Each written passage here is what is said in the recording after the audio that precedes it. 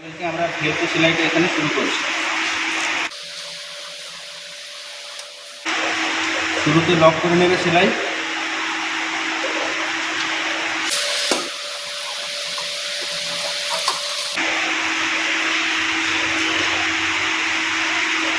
এখানে নিডলটা ফেলা অবস্থায় কম্পোনেন্টটাকে ঘোরাবে। আগের কম্পোনেন্টটা কেটে নেওয়া হচ্ছে।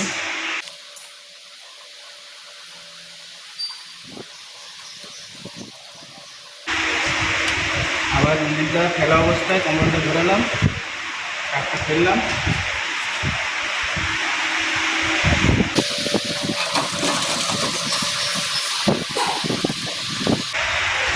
লক করলাম।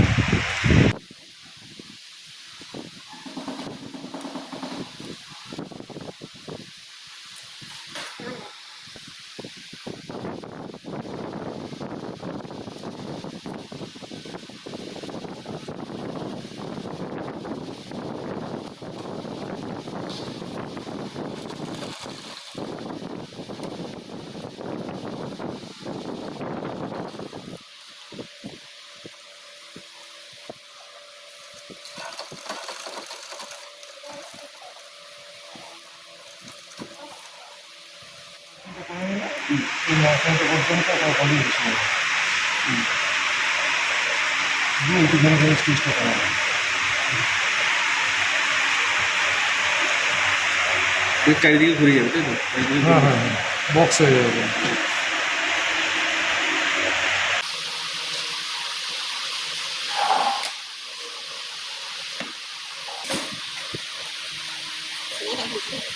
একটুক্ষণ পরে নেবো, ফ্যান তখন মেশিনটা করবো।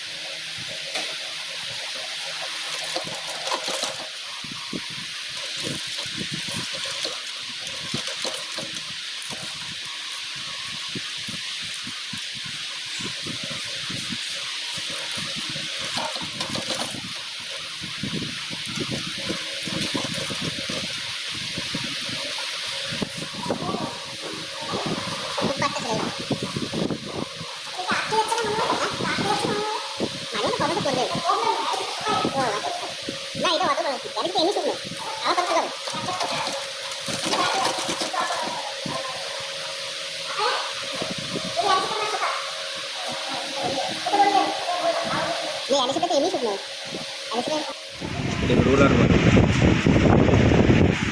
सीसर रोलर।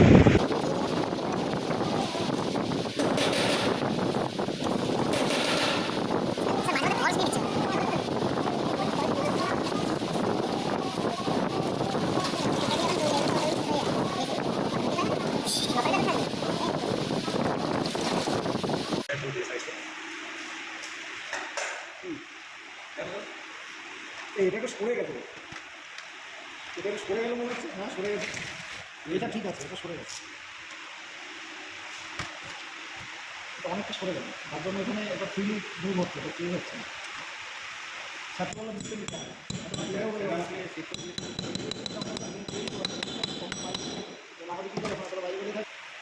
এটা সেট হয়নি তো প্রপারলি। এইটা ঠিক আছে, ওটা ঠিক হয়নি, এটা বাইরে চলে গেছে, কেটে নিতে হবে।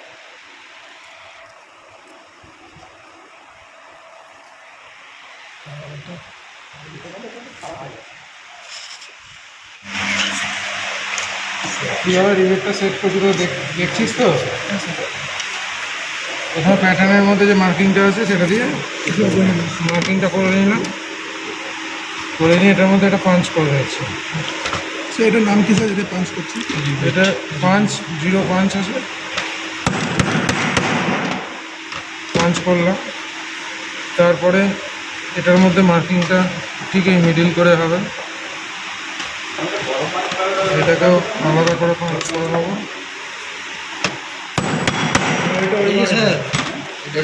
এবার এই দুটো পাঞ্চকে এক জায়গায় রাখবো, তারপর রিবেটটা এর মধ্যে সেট করলাম। পাঞ্চিং বোর্ড এবার পাথরের মধ্যে রেখে রিবেট সেটের এইটা কত 7 নম্বরে সেটা করছে। এটার উপর রেখে করুন, এটার উপর রেখে করুন। পাথরের আছে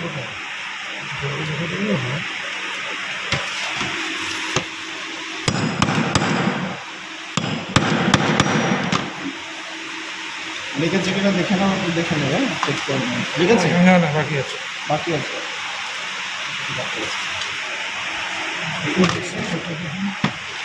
এখানে রান্না শুরু আছে।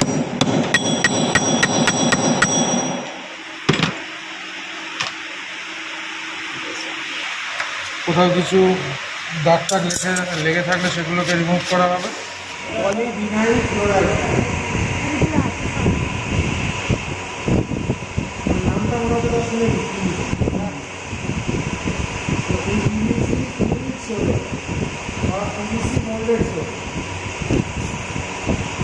এই পিভিসি সোলটার জন্য পিভিসি সোলটাকে ইউজ করতে গেলে আমাদের কী করতে হবে, এর একটা লাস্টিং ইনসোল লাগবে, সব ভিতরেই একটা লাস্টিং ইনসোল লাগবে।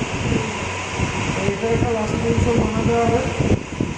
সাধারণত আমরা লাস্টিং ইনসোল বানাই ইনসোল অফ লাস্ট থেকে লাস্টিং ইনসোলটা বানিয়ে দেয়, অর্থাৎ লাস্টের তলার যে বটম এরিয়াটা দেখে ইনসোল অফ লাস্ট, এই ইনসোল অফ লাস্ট থেকে আমরা লাস্টিং ইনসোলটা সাধারণত বানিয়ে দেয়। কিন্তু এক্ষেত্রে যেহেতু আমরা একটা নির্দিষ্ট শেপের সোল আমরা ইউজ করবো, তাহলে সেক্ষেত্রে আমাদের বানানো লাস্টিং ইনসোল এর সঙ্গে ম্যাচ নাও হতে পারে। এই জন্য আমাদের করতে হবে কি, মার্কেটে যে সোলটা অ্যাভেলেবেল সেই সোলটার লাস্টিং ইনসোলটাকে বানিয়ে নিতে হবে, যেটা এখন করছি। এই সোলের অনুযায়ী লাস্টিং ইনসোলটা বানিয়ে নিলে তবে গিয়ে এই সোলের মধ্যে ফিট হবে যেটা, সেই কারণের জন্য আমরা লাস্টিং ইনসোলটা বানাচ্ছি। এই যে প্যাটার্নটা আমরা বানাবো লাস্টিং ইনসোল, এটার নাম হচ্ছে ক্যাভিটি প্যাটার্ন, মনে থাকবে? CAVITY cavity pattern. হ্যাঁ অনেকটা হলো।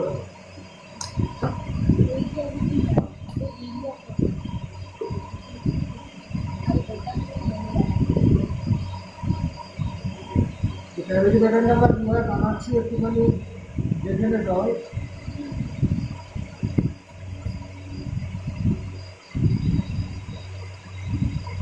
এই আমারটা রেডি হচ্ছে, ম্যাক্সিমামটা রেডি করে দিয়েছি আমি, আর শুধুমাত্র ব্রেডটা লাগাচ্ছে।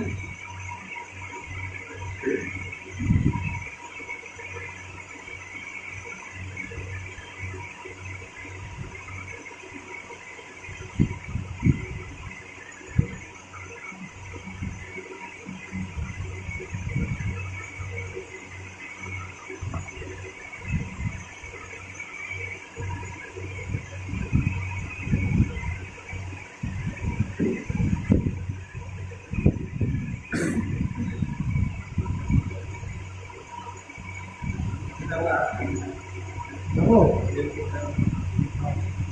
দেখো আরেকটা খুঁজতে গেছে সবুজ ওই লাইব্রেরিতে, যদি বড় হয়ে এতে আগে যেটা ওপরে বিনাটা ওটা থেকে ওরা হলে ভালো মানে ঠিক আছে, সবুজ না পেলে তাহলে এটাই লাগানো হবে। সবুজ আসো যাচ্ছে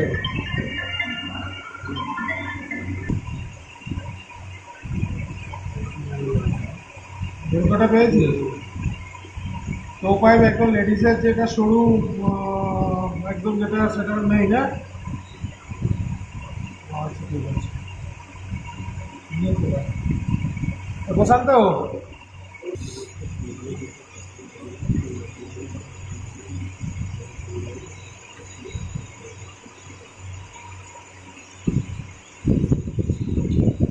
ক্যাভিটি প্যাটার্নটা কীভাবে বানানো হচ্ছে একটু দেখে নে সবাই। এইভাবে তোরা আগামী দিনে ক্যাভিটি প্যাটার্ন এক্ষুনি তোদের লাগছে না হয়তো, কিন্তু যখন বানানো হবে তখন এইভাবে বানাতে পারবে। আর তোরা ডিজাইনিং একটু কিন্তু সিনসিয়ারলি কর, কারণ এই ট্রেডটাতে সবথেকে মানে প্রেস্টিজিয়াস জব বল বা মানে ভালো স্ট্যান্ডার্ডের হাই স্ট্যান্ডার্ডের জব হচ্ছে ডিজাইনিং। অ্যাজ এ ডিজাইনার যদি নিজেকে স্ট্যাবলিশ করতে পারিস তাহলে আর চিন্তা নেই।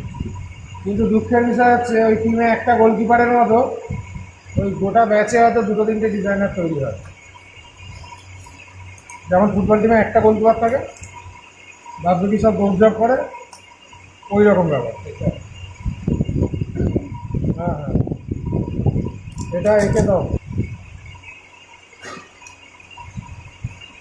ডিজাইনিংটা তোরা সবাই কিন্তু একটু সিনসিয়ারলি কর, নাহলে কপালে দুঃখ আছে। প্রোডাকশানে কাজ করতে হবে, চাকরি পাবে, প্রোডাকশানে কাজ হবে।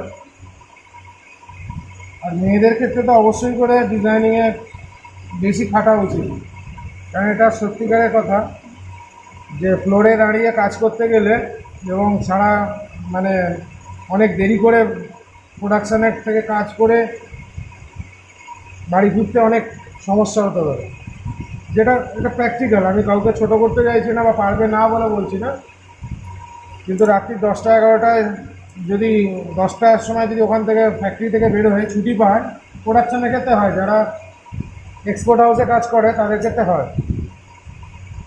তো সেরকম কাজকর্ম করা মেয়েদের পক্ষে খুব সত্যি সমস্যাকর ব্যাপার।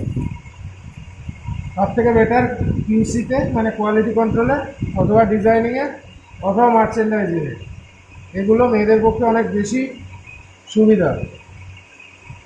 ডিজাইনিংটা বলছি কেন বারবার ধরে, ডিজাইনিংটা সবাইকেই বলছি সিনসিয়ারলি করার জন্য। একজন ডিজাইনার সেই হয় যে সমস্তটা ক্ষেত্রে কাজটা নিজের হাতে করে এবং সমস্ত অভিজ্ঞতাটা যার ফেস করার অভিজ্ঞতা আছে আর কি।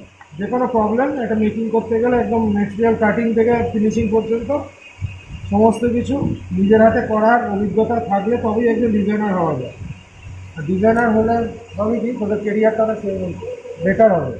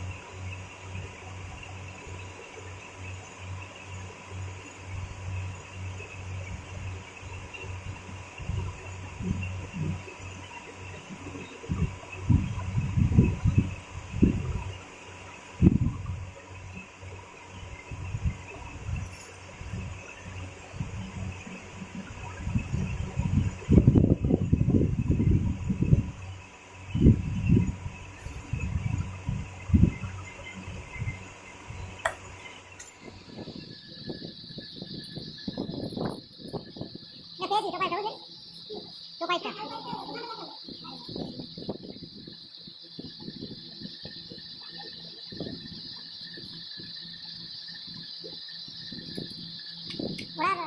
বলে বেলকোটা লাগিয়ে আর একদম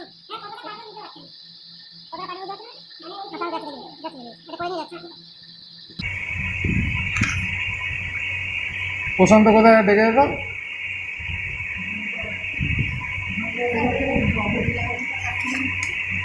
যেটা ইনসোল কভার প্যাটার্ন বানালাম, যে ইনসোল কভার প্যাটার্নটা দিয়ে তোরা একটু আগে প্র্যাকটিস করলি, তো বাড়তি রাখা হয়েছিল না, নাহলে তো মূর্তি কভারিংটা করতিস কী করে?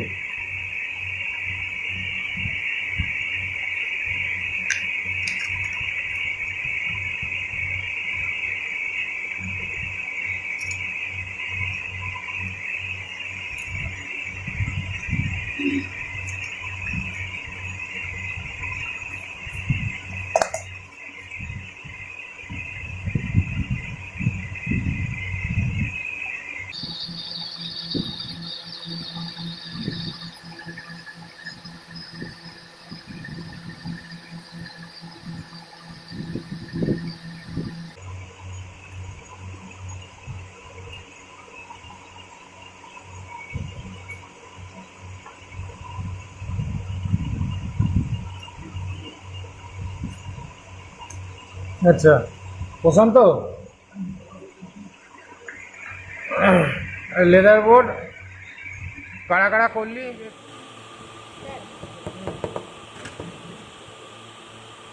হ্যামারিং কর ভালো করে।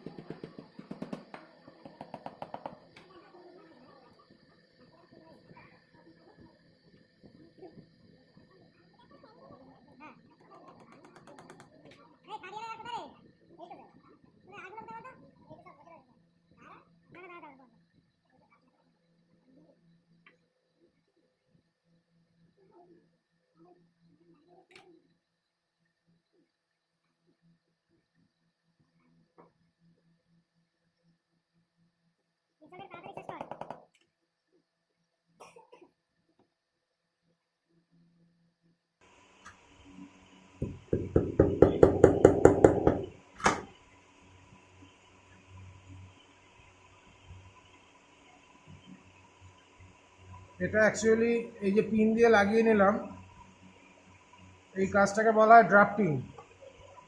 এটা সাধারণত ক্লোজ টাইপের ক্ষেত্রে করা হয়ে থাকে, ওপেন টাইপে করা হয় না। ওপেন টাইপের ক্ষেত্রে এই ডিজাইনটা যখন তৈরি করা হয়, আমি প্যাটার্নটা খুঁজে পাচ্ছি না এই মুহূর্তে, লাস্টিং মার্কিং প্যাটার্ন করা ছিল, তো লাস্টিং মার্কিং প্যাটার্নটা থাকলে আর এই ড্রাফটিংটা করার দরকার হয় না। এটা লাস্টিং ইনসুলের ওপরে একেবারে মার্কিং প্যাটার্নটা দিয়ে মার্কিং করে নেওয়া হয় এবং তারপরে সরাসরি সেই মার্কিং অনুযায়ী লাস্টিং করে দেওয়া হয়। যেহেতু লাস্টিং মার্কিং প্যাটার্নটা পাচ্ছি না, তাই আমাকে আবার লাস্টের ওপর আপারটা বসিয়ে পিন দিয়ে সেট করে ড্রাফটিংটা করে নিতে হলো। যেভাবে ঠিক লাস্টিং করা হয় ঠিক সেভাবেই আমি এখানে লাস্টিংটা করলাম। প্রথমে দুটো হিল পয়েন্টকে মিলিয়ে আপারটাকে সেট করেছি এবং সেন্টার লাইন বরাবর এই যে নটটা টো চ্যানেলের মধ্যে থাকে এটাকে সোজা রেখে তারপরের অংশগুলো একদম মানে টেনে সেট করে দিয়েছি। এইভাবে আপারটাকে সেট করলাম। এবারে এটার মধ্যে কি করব, ইনসোলটাকে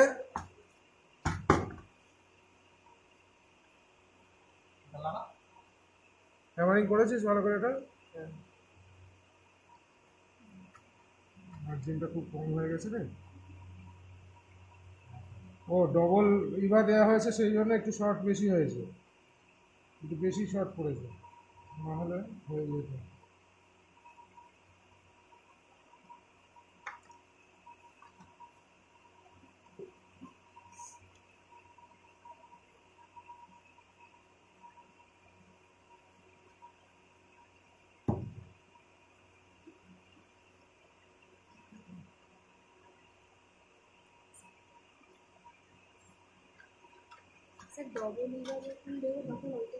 একটু অ্যালাউন্সটা একটু বাড়তি করে নেওয়া আছে।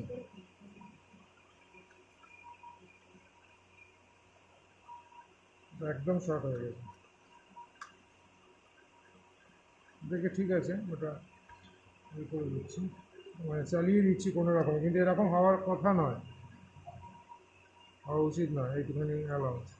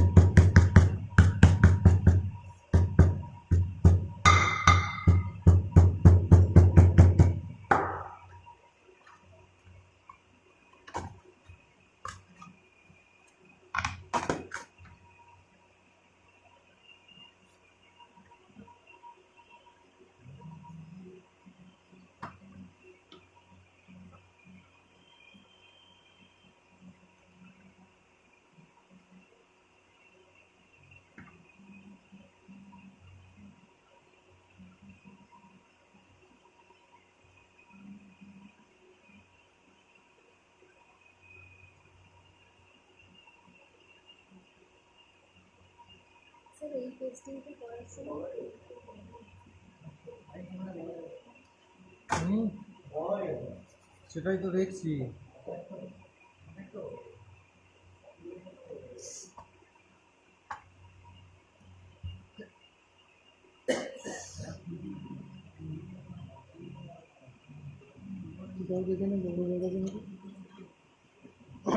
না না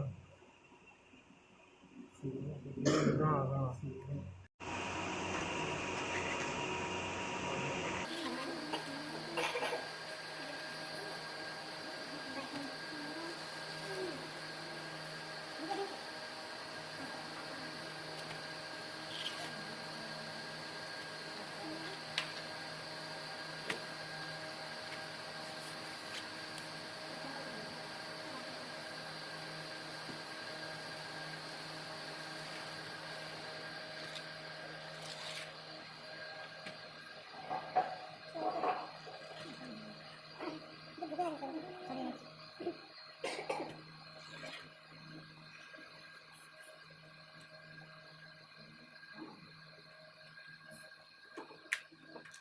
What's it going? What's it going?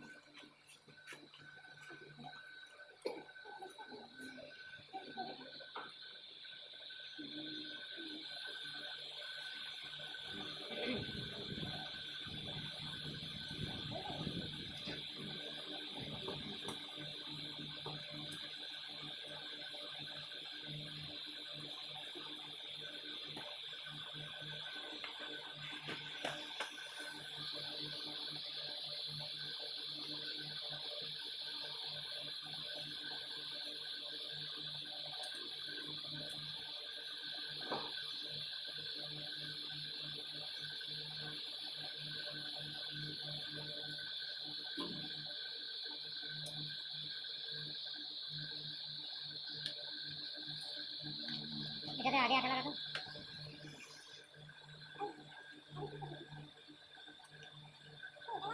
দুটোতে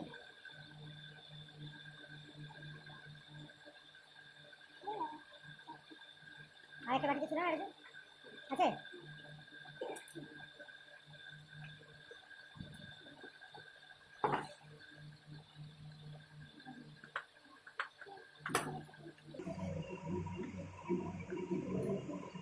বললাম তো এগুলো তুলে দে, প্যাটার্নগুলো আর এগুলো।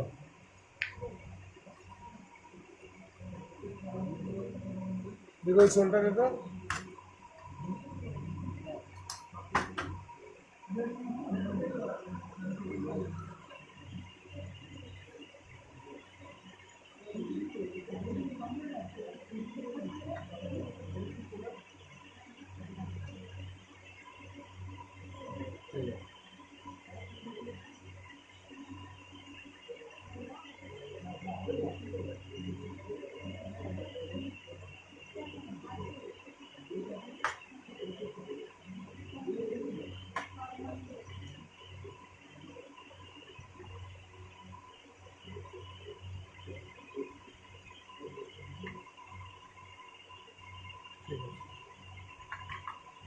কি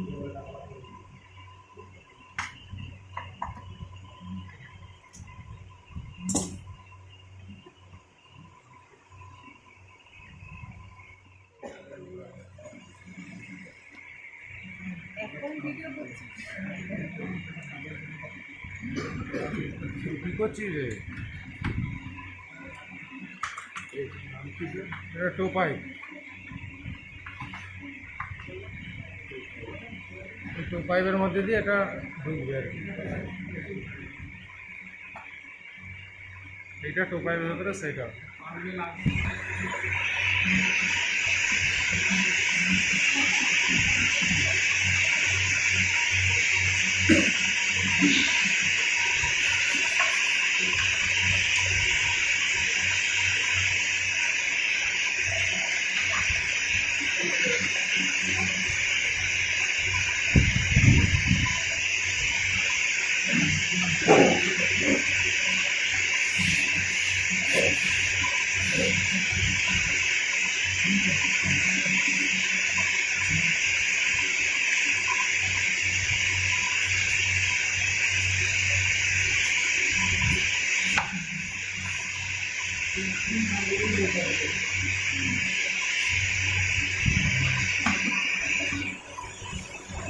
দাঁড়ায় হ্যামারিং করে দিয়ে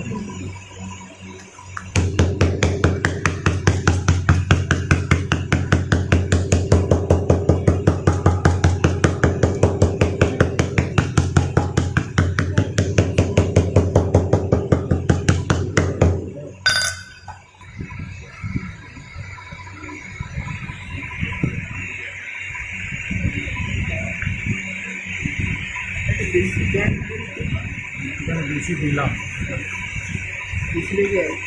না, এই টান টান হবে।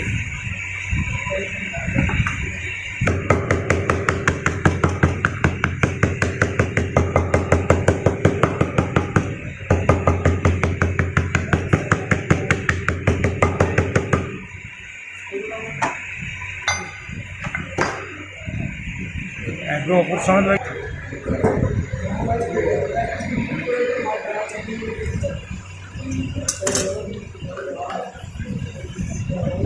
শুদ্ধ হয়।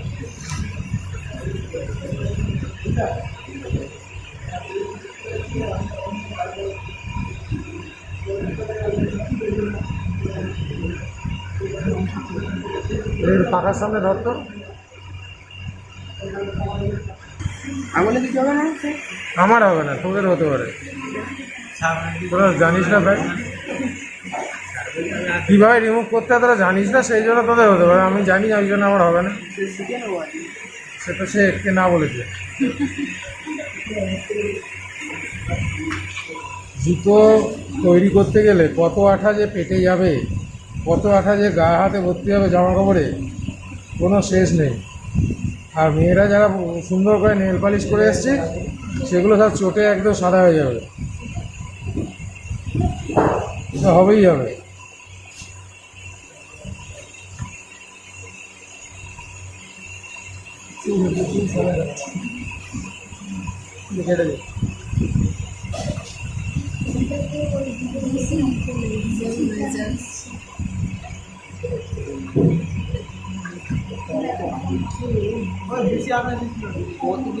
বেশি দিস না,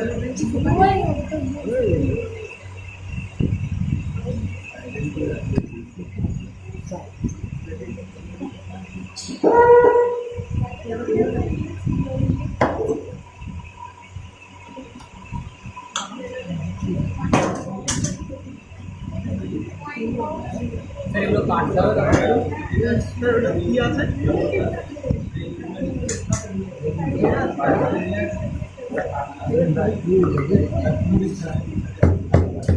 টাকা লাগে এখানে খুলে গেছে।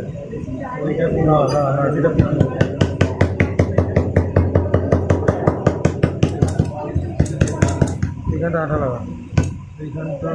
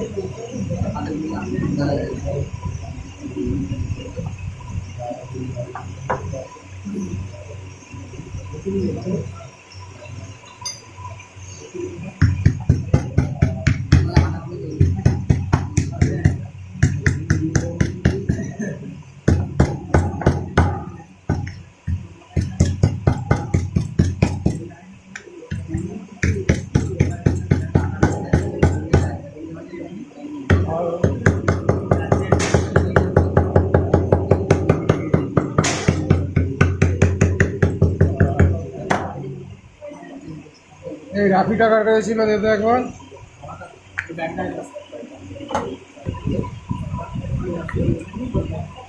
এটা ইনসোলের এগুলো ট্রিম করে দিচ্ছি খুরপি দিয়ে, যেগুলো রিঙ্কেলগুলো পড়েছে। হ্যাঁ, যে রিঙ্কেল বা ভাঁজগুলো পড়েছে সেগুলোকে ছোটো করে কেটে দেওয়া হচ্ছে। কারণ এই মেটেরিয়ালটা খুবই সফট, এই মেটেরিয়ালটাকে আর রাফিং করবো না, মানে স্কাওয়ারিং মেশিনে এটাকে যদি স্কাওয়ারিং করতে যাই তাহলে এটা মানে ছিঁড়ে যাবে। খুব পাতলা এবং খুব সফট মেটেরিয়াল যেহেতু এটা, একটু মোটা মেটেরিয়াল হলে এটা আমরা স্কাওয়ারিং করে নিতাম।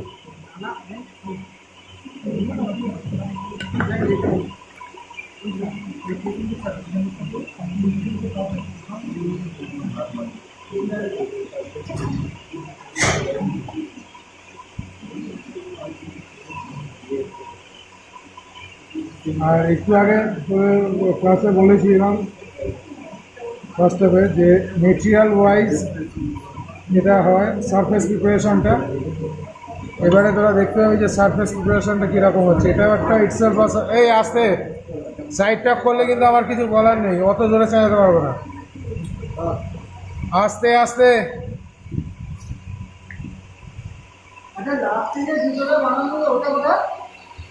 কোন জুতোটা ওইখানে আছে তো? হ্যাঁ,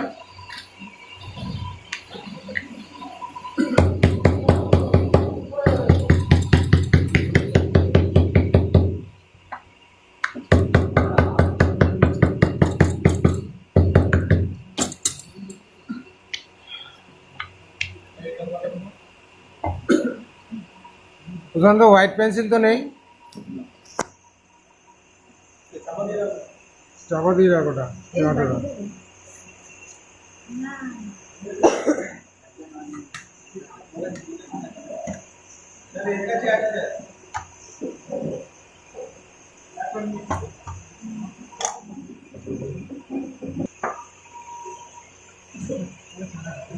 আস্তে ছাড়াঠালি করেছি আমার পেছন থেকে। আমরা কি করছি, এটা মার্কিংটা শুধুমাত্র তুলে নিচ্ছি যে আপারটা ইনসোলের কোন জায়গা দিয়ে লাস্টিংটা হবে।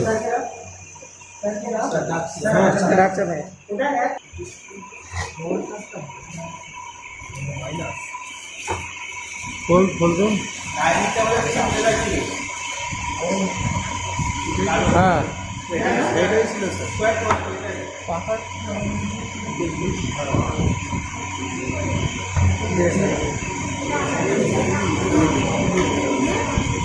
আমরা এই কি করছি দেখছিস তো তোরা? না এই কে বকছিস অত? চুপ করে থাক। লাস্টিং মার্কিংটা কিভাবে নিলাম দেখতে পেলি? এই লাস্টিং মার্কিংটার জন্য একটা লাস্টিং মার্কিং প্যাটার্ন বানানো হয়। এই মুহূর্তে প্যাটার্নটা আমার কাছে নেই, খুঁজে পাচ্ছি না, তাই আমি আপারটাকে লাস্টিং করার মতো করে লাস্টের মধ্যে লাস্টিং করলাম, করে সেই লাস্টিংটা লাস্টিংয়ের মার্কিংটা আমি ইনসোলের মধ্যে শিফট করে নিচ্ছি। এই লাস্টিং মার্কিংটা প্যাটার্নটা দরকার, বা লাস্টিং করার আগে মার্কিংটা করে নেওয়া দরকার। কারণ হচ্ছে এই মার্কিংটা করা না থাকলে দু রকমের লাস্টিং হয়ে যেতে পারে, ফিটিংয়ের প্রবলেম হতে পারে। এবং প্যাটার্ন অনুযায়ী করলে, লাস্টিং মার্কিং প্যাটার্ন অনুযায়ী করলে কী হবে, যত পেয়ারই জুতো বানানো হোক না কেন এই আর্টিকেলের সবগুলো একই রকম ফিটিং হবে। সেই কারণের জন্য আমরা লাস্টিং মার্কিং প্যাটার্নটা ইউজ করব। সেইটাকে এখন রাখ, এইটা এই আপারটা সাইডে রাখ, এটা পরের দিন হবে। আর এর আরেকটা আপার কোথায় করবেন? ঠিক আছে,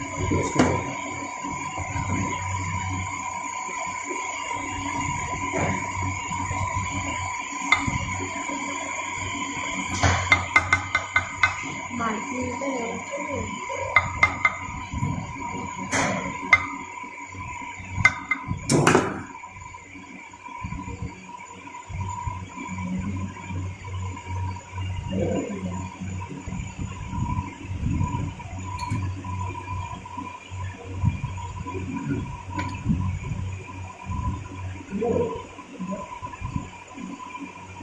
আর কিছু লাগবে পছন্দ করো বেরিয়ে যাবে না এই লাগবে 5 লাগবে না পাঁচ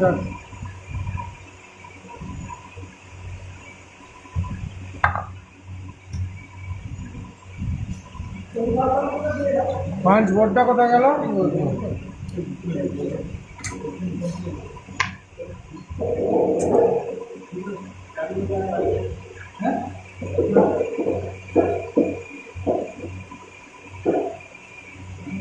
তো বড় হ্যামারটা দে না রে, হয়ে যাও। আচ্ছা থাক থাক,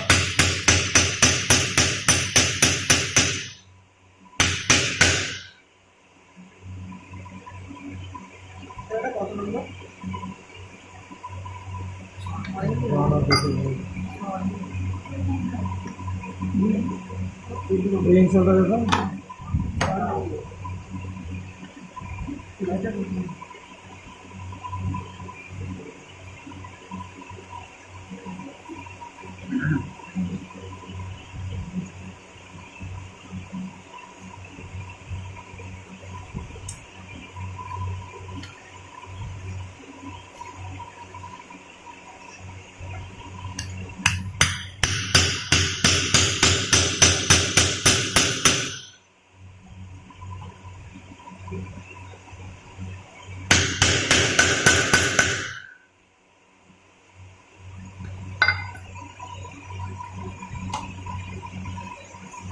এবার আমি আপারটা ফিটিং করছি লাস্টিংয়ের জন্য।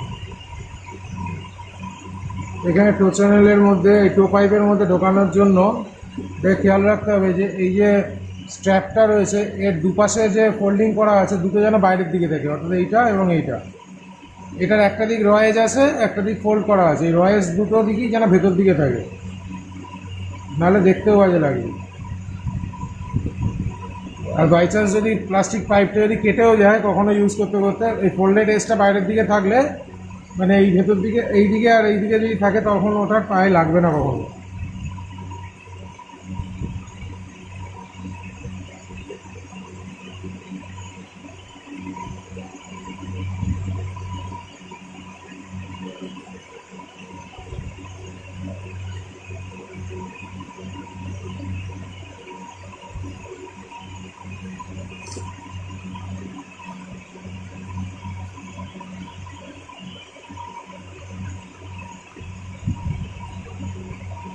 লাস্টিং করার আগে ইনসোলটাকে আমি সঠিকভাবে পিন করে লাস্টের মধ্যে সেট করে নিচ্ছি, দুপাশে সমানভাবে ছাড় রেখে, কোনোভাবে সরে যেন না যায়। এই লাস্টের ওপরে ইনসোল সেটিংটা কিন্তু খুব ভাইটাল।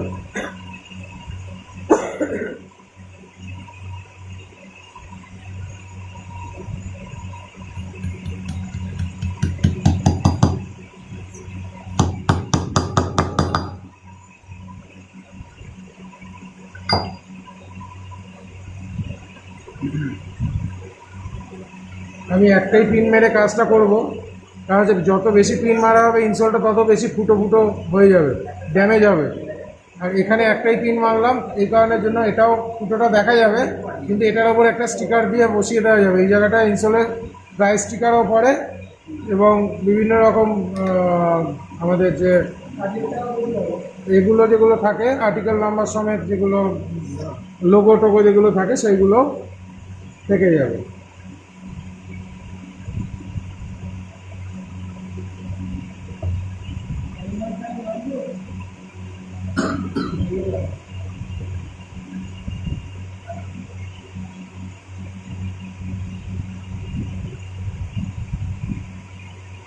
নিউ প্রিন্টার দিন।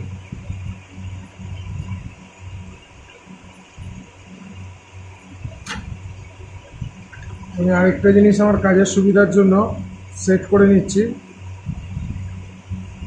ব্যাক বেল্টটাকে, কিন্তু ব্যাক বেল্টের মধ্যে খেয়াল করতে হবে যে নিডিল হোল আছে, প্রত্যেকটা স্টিচ করার সময় নিডিলের তো দাগ আছে, ওর মধ্যে দিয়েই কিন্তু পিনটা মারবো, নাহলে আপারটা রিজেক্ট হয়ে যাবে।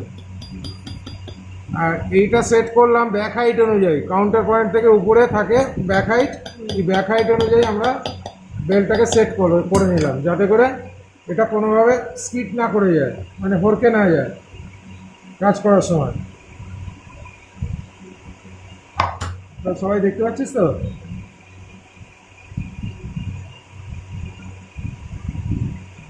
ঘোরা বলছি না।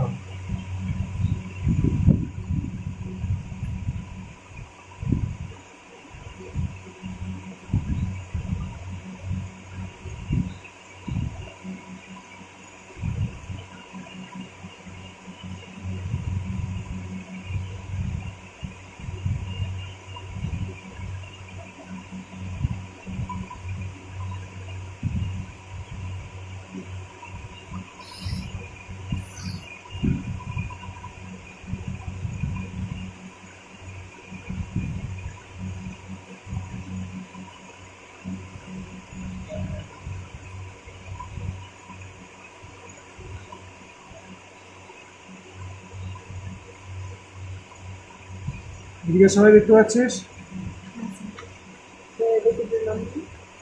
এটা নিওপ্রিন ইউজ করছি। নিওপ্রিনটা কিন্তু পার্মানেন্ট অ্যাডহেসিভ। প্রশান্ত চলে গেছিস? ভুলে গেছি, একবারে তো আমার মনে পড়ে না। ক্রেপটা লাগবে, ক্রেপ রাবার।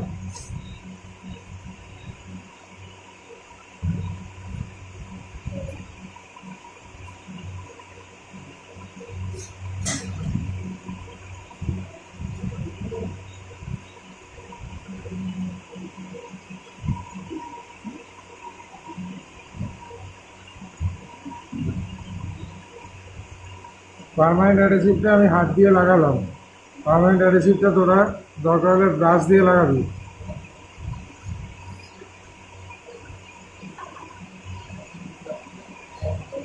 চাপা দেখ।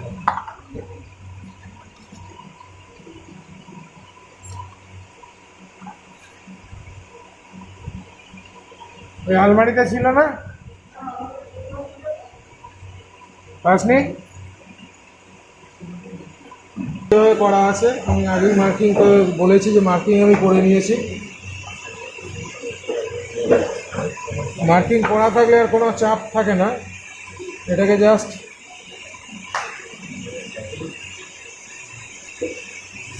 এই মার্কিংয়ের এজ অনুযায়ী বসালাম।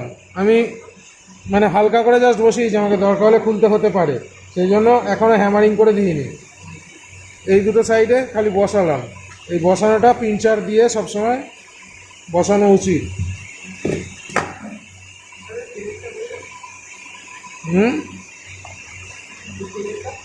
কোনটা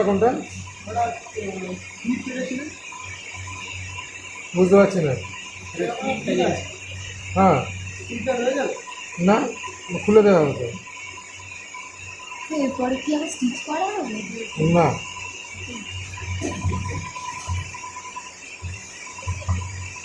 এই দুটো দিক সমান রেখে বসা দেওয়া। সারিয়া দেখছিস তো? হ্যাঁ,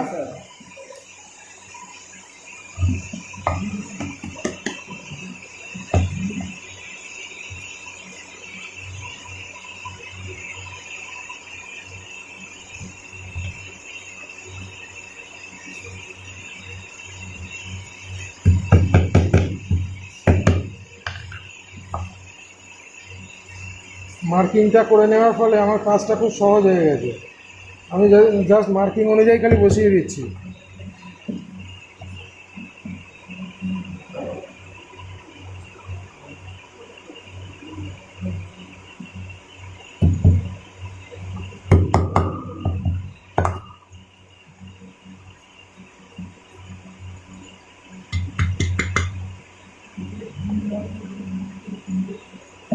এবার চেক করে নেওয়া দরকার আছে কোনো জায়গায় কোনো গ্যাপ আছে কি না লাস্টিংয়ের ক্ষেত্রে। এক্ষেত্রে নেই দেখতে পাচ্ছি, তাই আমি এবারে এই পিনটাকে প্রথমে খুলব, তারপরে আমি খুলবো এর ভিতরে লাগানো এই পিনটাকে।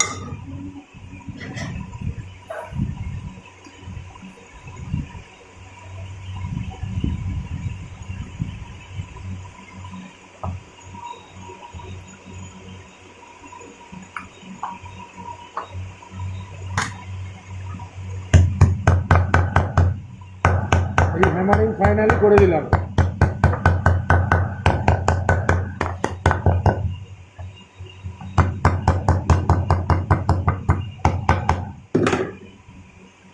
এই আমার লাস্টিং করা হয়ে গেল।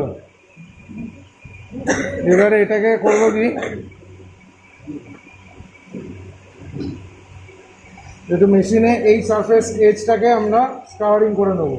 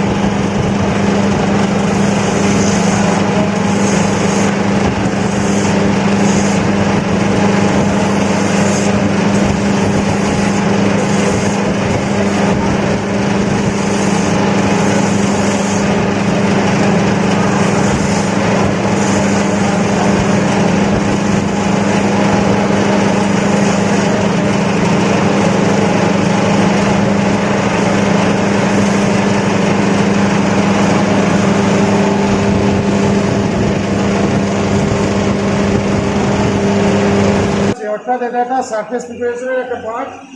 সারফেসটাকে প্রিপেয়ার করা হচ্ছে। তাদের আগের দিন ক্লাসে বলেছি যে কোনো অ্যাডহেসিভ বন্ডিংয়ের ক্ষেত্রে সারফেস প্রিপারেশনটা খুব জরুরি। তো এর আগে যেমনভাবে আমরা আমরা দুটো সারফেসকে অ্যাডহেসিভ দিয়ে পেস্ট করে দেবো, স্টাকান কনস্ট্রাকশন বা সিমেন্টেড কনস্ট্রাকশনে পেস্ট হবে, জুড়ে দেওয়া হবে। জোড়ার আগে দুটো সারফেসকেই ভালো করে সারফেসটাকে প্রিপেয়ার করতে হবে। তো যেহেতু এটা পিভিসি ইউনিট সোল, তাই এটাকে আমরা এমইকে দিয়ে পরিষ্কার করছি বা হ্যালোজিনেট করছি। আর ঠিক আপার পার্টটাকে আমরা স্কাউরিং মেশিনে একটু রাফিং মেশিনে একটু রাফ করে নিলাম।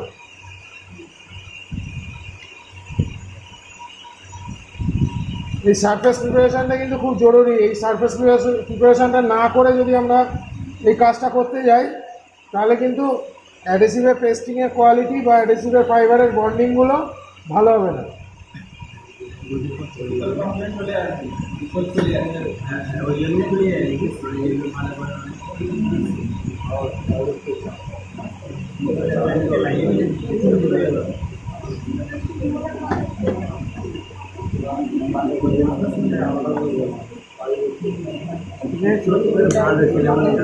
এটাকে একটু পাখার সামনে ধরতো। এই 4% হার্ড নাটটা আমরা অ্যাড করছি অ্যাডহেসিভের মধ্যে।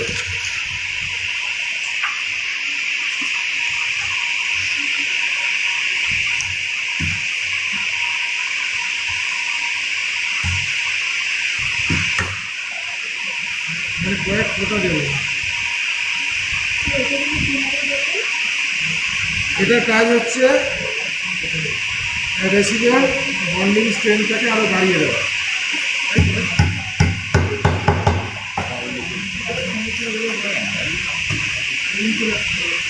হ্যাঁ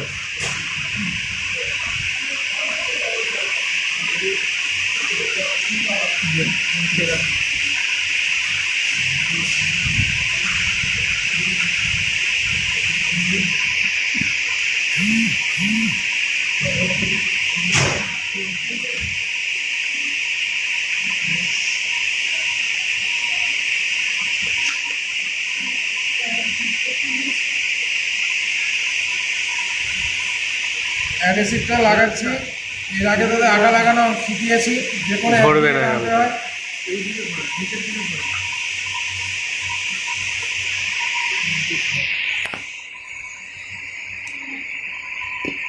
খেয়াল রাখতে হবে অ্যাডহেসিভটা যেন কোনো জায়গায় বাদ না পড়ে যায়।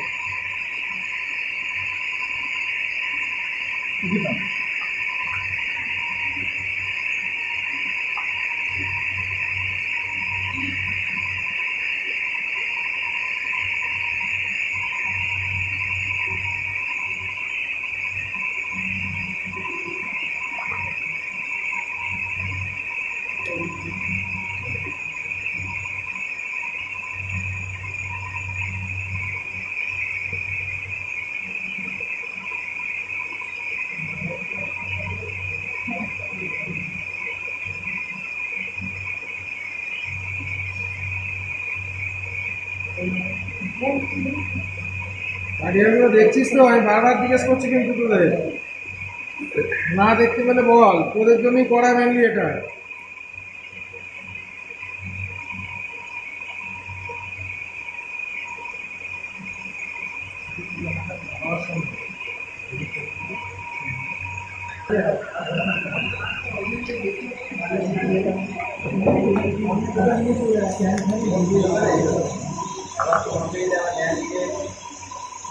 একদিকে করতে হয়। আসছে না তো কি করবে? অ্যাকাউন্ট থেকে আপলোড হবে রে। আগে বলবেন তো স্যার। কাউন্সিলের ওয়েবসাইটে এটা আপলোড হবে, বারবার ঘোরাস না।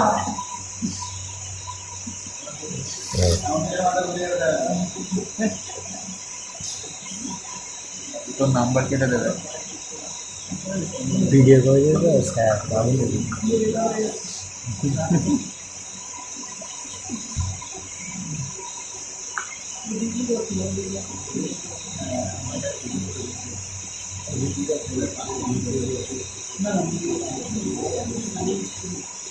দুটাতে জানা হ্যাঁ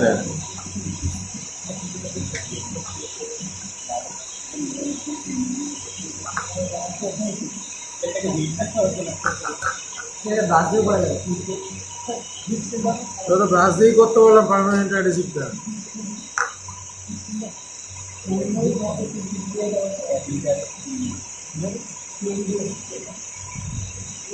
ব্রাশ দিয়ে করলে অনেক সময় লাগবে না, তাড়াতাড়ি আঙুল দিয়ে করে দেবে।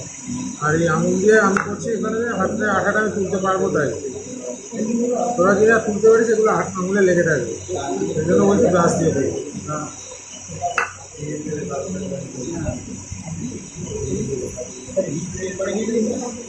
হ্যাঁ মেশিনে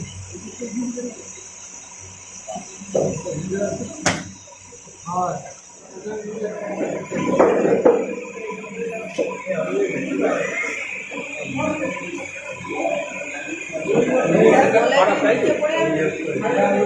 কম্বিনেশনটা ভালো লাগছে, কালার কম্বিনেশন। এটা অ্যাকচুয়ালি দুপাশে থেকে দেওয়া হবে।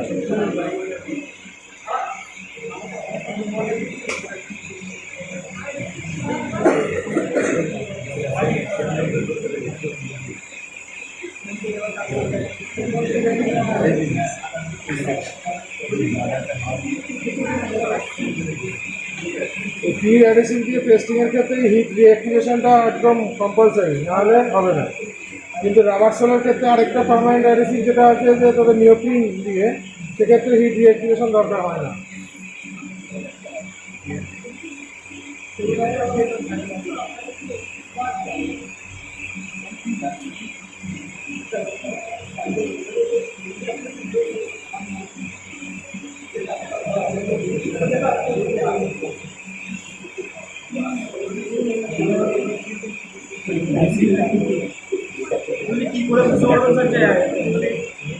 এটা আমাকে আন্দাজে বুঝতে হচ্ছে এখন, কারণ ওইখানে মেশিনে ঠিক নেই বললাম না, এই অফ আর ব্যাস গেল। সোজা করে নিবি, আগে সোজাসুজি ধরবি, এইভাবে বসাবি না, গ্যাপটা রাখবি, রেখে একদম টোয়ের কাজটা খুব সাবধানে টোয়ের কাজটাকে বসানো হবে।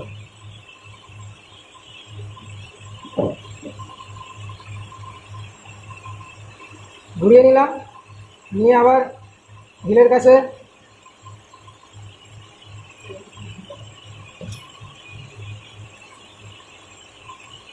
ঠিক একই রকম হিলের কাছে বসালাম।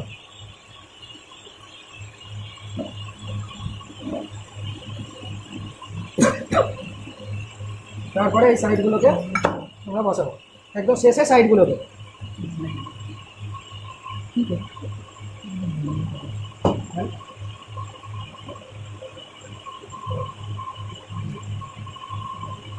এবারে এগুলোর সাইড দিয়ে গ্যাপ যদি থাকে সেই গ্যাপের জায়গাগুলো ওকে হ্যামারিং করে দেওয়া দরকার আছে।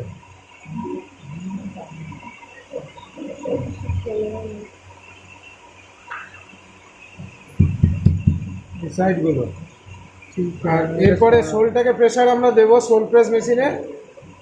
এয়ার কম্প্রেসার ট্যাঙ্ক আছে, তার মাধ্যমে আমরা এয়ার প্রেসার ভরে নেব শোল প্রেস মেশিনে। সেখানে আমরা ইউনিফর্ম প্রেসারের জন্য আমরা ওই মেশিনটা ইউজ করব।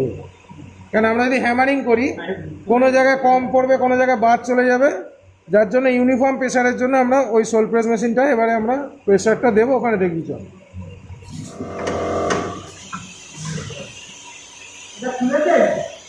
কোনটাকে এইখানটা একটু ছাড়, তুই ভিডিও করতে গেলে এদিকে আয়। এইখানটা আমার দেখতে টেবিলে মনে ছিল হাত বসার কাপড়টা কি রে ভাই, প্যাকিং নেই ধর তো, এটা ধর ধর।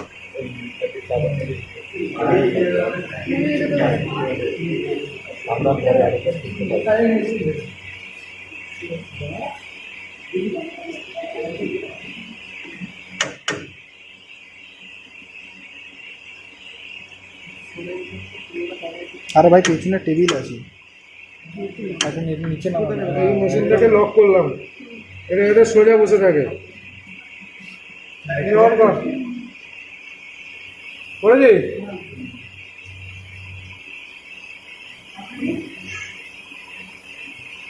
হ্যাঁ হ্যাঁ হচ্ছে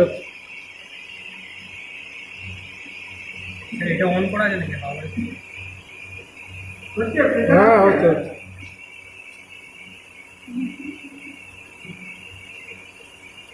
ঠিক আছে। এটা মনে হয় এটা দিয়ে ইউনিফর্ম প্রেসার দেওয়া হলো, মেশিনটাকে সেট করা হলো, আগে লক করা হয়েছে। আর এইটা যাতে করে আপারের মধ্যে এই জজটা যাতে দাগ না পড়ে আমি কাপড় দিয়ে সেট করেছি। আর টোয়ের কাছে একটু আমি দিয়েছি, ইভা দিয়েছি, টোটা সামান্য আমাদের উঠে থাকে, কারণ হচ্ছে টো স্প্রিং অ্যালাউ করতে হয়। এবং এই হিলের কাছে একটুখানি গ্যাপ থাকে, তার জন্য এখানে একটা চিপ দিয়েছি, দিয়ে এটাকে সোজাভাবে সেট করে দিয়েছি। এই ক্ল্যাম্পটা দিয়ে লাস্টটাকে আটকে রেখেছে এবং এই সামনের এই জজটা দিয়ে এটাকে একদম চেপে রেখে দিয়েছি।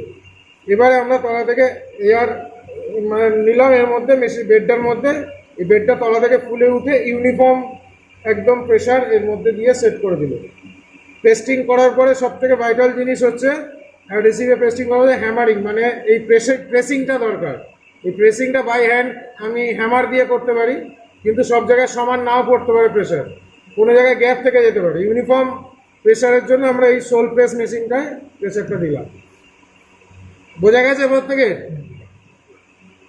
শোল প্রেস করার পদ্ধতিটা দেখেছিস, এবং তোরা জিজ্ঞেস করে শোল প্রেস মেশিনের কাজ কি সেটাও তোরা বলতে পারবি। কতক্ষণ রেখে দিতে হবে এটা? 30 সেকেন্ডও লাগে না, 10-15 সেকেন্ড যথেষ্ট। এবার আমরা এই একটা ছেড়ে দিলাম।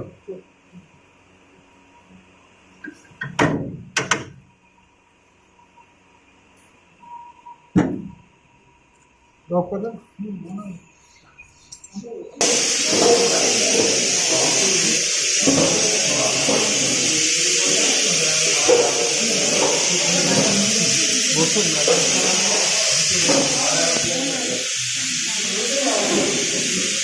এটা কার হ্যামার ধরতো তোর পিতা টাকা নিয়ে নেয়